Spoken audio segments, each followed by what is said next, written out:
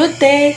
For today's video, I am going to present to you my learnings about purposive communication from Lesson 1 to Lesson 5. By the way, I am Cyril Olimugas and enjoy watching my video presentation. Language. It is very important to us human beings. It is the way where we can interact to each other, to share our thoughts and also our feelings. There are 8 characteristics of language. One of it is arbitrary. It is when different language or words with different interpretation regarding to their language. Second, language is social. It is when socializing different people, so we must have same language in socializing so we can understand each other. Third, language is symbolic. It is also used when one symbol to denote some objects. Fourth, language is a systematic. It is a language have their system of arrangements. Fifth, language is vocal. It is a sound produced by a human who is speaking. Sixth, language is non-instinctive, conventional. It is like a human institution language, also change and die, grow and expand. Seventh, language is a productive and creative.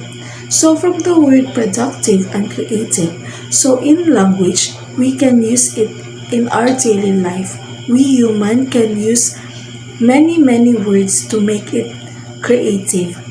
Even like the LGBTQ, they are using creative words so that they can understand each other. That's language. Next is language is a means of communication.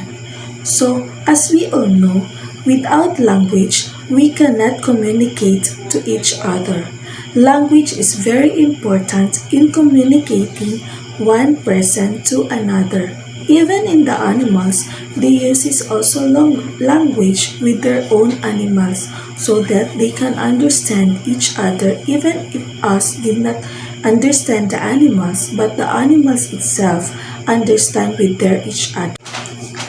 So next that I am going to discuss is about communication. So from the word itself, communication, it is a one way of conveying message from one person to another. Communication also is the process of transmitting a message. So there are also elements of communication process. These are the sender, the message, the encoding, the media, decoding, receiver, feedback, and noise. So these 8 elements was used every day when we perform communication. So there are also suggestions for effective verbal communication. It is as follows: know your audience, know your topic, plan your presentation, and be familiar with the venue. So there are also what we call nonverbal communication. So in nonverbal communication, there are cues that we must follow to have an efficient nonverbal communication. These are the facial expression, eye contact, body language, posture, touch, space or proxemics, appearance, symbols, and aesthetic communication. So these are the nonverbal communication that we must apply in performing it so that we can have an efficient way in delivering a communication. This topic also I learned about ethics. So ethics, it is a very important for us, especially when we are working as a public service, dealing with different clients with different attitudes and different needs. Communication ethics, it is a maintaining the correct balance between the speaking and the listening. So we must consider their feelings when they are talking to us. We must assess them and in our proper way, and we need to to talk to them in a good ethics. So in this topic, we learned a lot about it on how to deal with our clients, especially when they have a bad attitude, and we cannot do that in our client because they are our client, they are our beloved clients. So we must possess a good ethics and we must have a good attitude, especially in dealing with them. In this subject also, I learned about public speaking.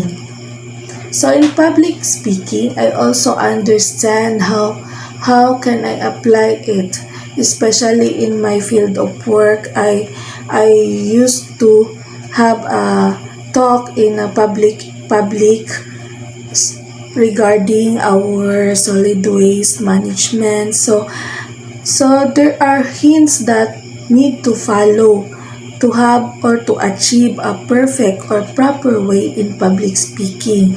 These are the facial expressions. So your facial expression must apply so that the audience you would catch their attention.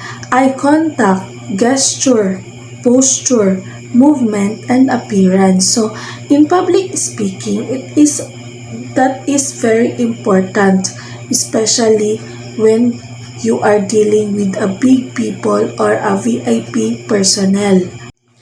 So there are speeches according to purpose.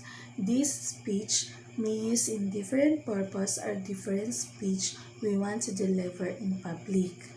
And lastly, that I want to share to you guys that I learned about business letter, how to write in a proper way, and different letter from different purposes, and the format of a letter.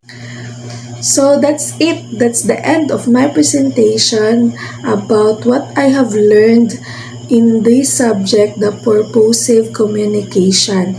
So I just want to thank my professor, Miss Faida Tisasang, for sharing her knowledge to us, and I know I can apply it in my daily living, especially in my field of work. Thank you, ma'am, and God bless. I hope you enjoy my presentation. Thank you and God bless and stay safe. Bye!